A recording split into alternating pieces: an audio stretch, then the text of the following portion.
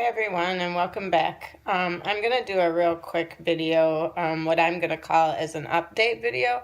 So whenever something happens in my situation that changes, that I just want to do a quick video on and it gets out of sequence with what I was planning on doing next, I'm just going to call it an update video, and you'll be able to tell if it's a new one by the Living Well video number. So the next thing I had planned on talking about was self-awareness and how it helps with managing both COPD and PH or PAH. And this is kind of tied to that, but because it came up and it hasn't in a long time, I just wanted to go ahead and cover it real quick. So every night I weigh myself so that I know how much water weight I've gained, and then in the morning when I get up I weigh myself again before taking the Lasix, which is the furosemide or the water pill, and I weigh myself again in the morning, just, I don't know, kind of hoping that maybe by some odd chance that I would have gotten down to my dry weight. And I know what my dry weight is because after taking the water pill, I've weighed myself to know what my dry weight is. And I know when I feel too dry. We talked a little bit about that the other day, where I can feel it in my lungs and my organs and even in my head. So I know where I don't want to go past for the dry weight. So, and I also talked to you the other day about my doctor saying that it was okay for me to mess around with the Lasix a little bit. And the reason why he doesn't mind that is because he says that if you take the same amount all the time, your body gets used to it and then they tend to start not working. So when I get a chance to cut the dose down or to skip a dose, he doesn't mind that because it gives my body a chance to restart. The problem with the skipping the dose is when I've tried it in the past, it always leads to like a week of suffering because I get extra water weight and then it takes me quite a while to get that back off. So I haven't done that in probably a year. But even before, whenever I even cut the pill in half, that was a problem as well. But like I said the other day when we went through my meds, I've been able to cut my 40 milligram Lasix in half to a 20 mil for about 6 months now, or almost 6 months. And that's been going really good. So I haven't had to take a full pill in almost 6 months.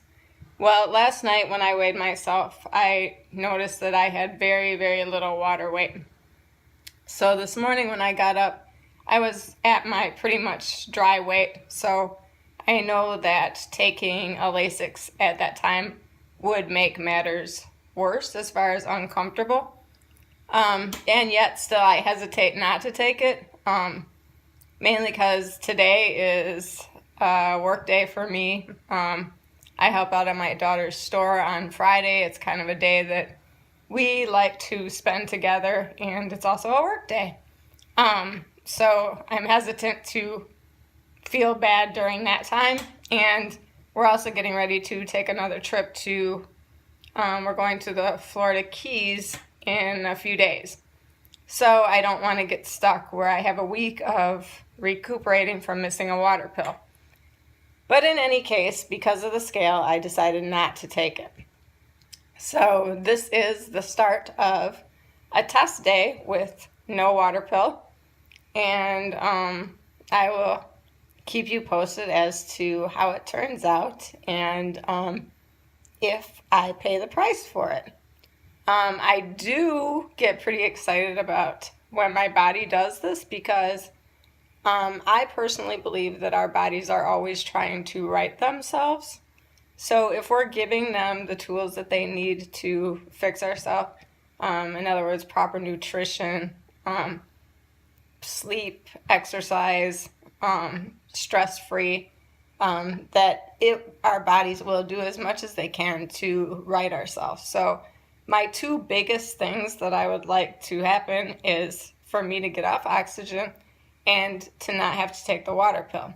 So for even just to have one day where my body if it works and I get through this and there's not a problem with it, that's amazing for me. So I'm super excited to find out how this is going to turn out, and maybe it'll be the start of more days without a water pill. So we'll see. Stay tuned. I will be back and we'll see how this goes today. And again, thank you for watching. And if you haven't subscribed, subscribe, please. All right, we'll talk to you later. Okay, so I'm about halfway through my day with no water pill, and so far so good. I was able to finish getting ready, went ahead and ate breakfast, did my exercise routine. So in other words, well, for me that's walking. Today I kind of shorten it up because it is a work day, so I don't do anything but walk. It was nice enough to walk outside today, so that's what I did. A half an hour of walking outside, and my oxygen stayed above 92 to 93 the whole entire time, which is really good. So that tells me that even after eating and drinking this morning, that my body's still doing good with the fluids so far. And so far so good. And yeah, this would make me so happy if this could continue to where I actually didn't need to take the Lasix at all anymore, or at least not on a regular basis. And one of the reasons why it would be so good is, first of all, it interrupts my sleep schedule. Like I said, I get up in the morning before, like an hour before I'm actually gonna wake up, just to take it so that it doesn't interfere with the rest of my day. In addition, another reason why it would be good is just because the less stuff that I can put in my body as far as meds, the better. And Lasix is probably something that's pretty hard on your body, so yeah, that would be nice to cut that one out. It also indicates that my body's doing better, so if I could cut it out, it would mean that my heart is handling more of its normal load itself. The other really good part about it would be that if I can stop taking the Lasix, it also means that I get to stop taking the potassium. So it will knock out 2 pills, and that would just basically leave me with the Optimum and my vitamins. So to be in my position with as medically as much that was wrong, and be down to 1 prescribed medication and an iron pill, that would be amazing. So yeah, I would get pretty excited. And then the other thing that makes it exciting for me is that all this is stuff that I was kind of told that most likely my body would continue to need. So anytime I can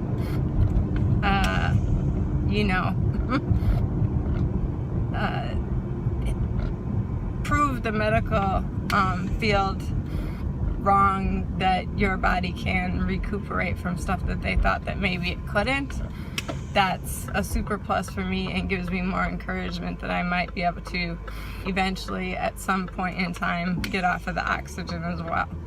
So this is my midday report, and I will keep you posted as it gets later. So hang in there. I'm certainly going to. So it's finally pretty nice out here, and good or bad, I decided to stop at one of the favorite eating spots here on the way to working at the store to get some burgers. So we will see how this goes on the day with no Lasix. So yeah, I ordered a burger and some onion rings and a soda. And again, you're hearing me say, I hope I don't regret it. And it probably sounds like I eat horrible all the time, because the only time I tell you what I'm eating is when I'm eating horrible. But most of the time I do eat good, so this is another one of those times that I am not. But at least it is real, I guess. So we'll see how this goes. All right. So the food arrived, and as you can see, what makes this place kind of cool is they hang it on the outside of the window and you sit in your car and eat. So that's what me and my daughter are doing. A before work lunch. Enjoy. So it's the end of the night. It's about 8:30. And I'm just leaving the store now.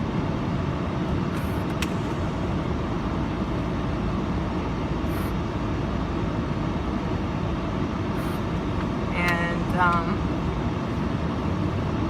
I'm doing pretty good. So for experiment day with no LASIX, I think this turned out really good. Now the question is, what will I weigh tonight when I get home to the scale? And